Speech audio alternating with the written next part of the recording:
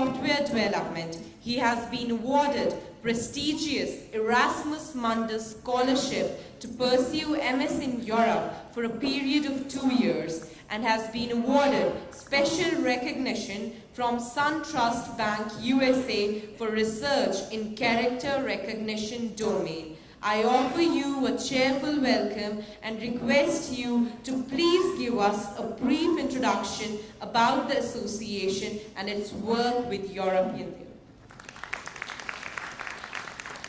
Respected Founder President Dr. Chauhan, dear distinguished guests on dais, respected faculty members in the audience, and a vibrant Amity student community, a very warm welcome to all of you. I would really start with the saying that the scholarship program was started by European Union to attract the best of global talent to premier education institutes in Europe. Today, through cooperation and mobility, the program aims for projection of European Union as a center of excellence in learning around the world and aims to build intercultural understanding with the developing world. Indeed, it was hard to absorb for me so much energy and intelligence during my tenure there. It was an intimidating experience and ever so challenging. I was sometimes overboard, wanted to solve big problems of the world, most of the time through technology. It was then that one of my early mentors said to me, "Just because you have a hammer does not mean every problem is a nail." I realized that I had to keep learning again and relearn again.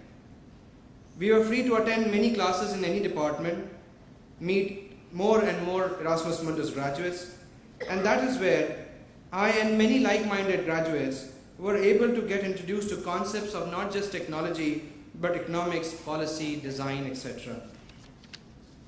Erasmus Mundus has two broad categories for scholarship application. Action 1 involved applications by individuals for Erasmus Mundus Masters and joint doctorates. Today, there are 138 Masters and 42 doctoral programs covering computing, social science, humanities, science, and technology. Action 2 caters to the institution-wide collaborations, partnership of higher education institutions from Europe with other countries and regions of the world. In addition, scholarship for students and academia to study, research, teach in one of the partner institutions. These scholarships can be availed by administrative and academic staff, as well as students ranging from undergraduate to postdoctoral studies. To give you an example, in the current year of 2013, 9 applications have been selected exclusively for Indian participation. The goals of these programs include and are not limited to scholarship for students and staff to attend specific courses, opportunities for women and vulnerable groups, staff training for skill upgrades, bilateral cooperation in education and research. The next best thing to Erasmus Mundus scholarship is its vibrant alumni platform. It is amazing to see such commitment from an alumni who is willing to give its after office hours for a good cause. The gathering that we see today is a result of one such effort. Owing to a variety of courses offered in Erasmus Mundus, the alumni is equally diverse. As we near a decade of Erasmus Mundus existence, we have seen the maturing alumni representing important world organizations such as the UN, the IMF, Amnesty International, other policy think tanks, research institutions, and corporates.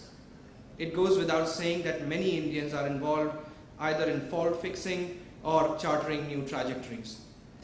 Recently, we have seen alumni showing entrepreneurship, talent, and Erasmus Mundus has begun initiating programs that can facilitate and celebrate this development. You will be happy to know that India's first private space technology startup happens to be done by an Erasmus Mundus alumnus. As I speak now, there is probably a student or an alumni researching tribal population, making documentaries, trying to protect children from labor camps, and doing world-class research. The Indian Alumni Chapter is an instrument that connects these dots together. Our relentless pursuit for answers sometimes inhibits us to abstract out the fundamentals. A clean slate, on the other hand, provides an opportunity to ask newer questions. More questions lead to two kinds of confusions. One, that lead to doubt and inaction. The other confusion, the positive kind, leads to pause, reaction, and deliberation. Is the second kind of confusion that Erasmus Mundus celebrates. Thank you so much.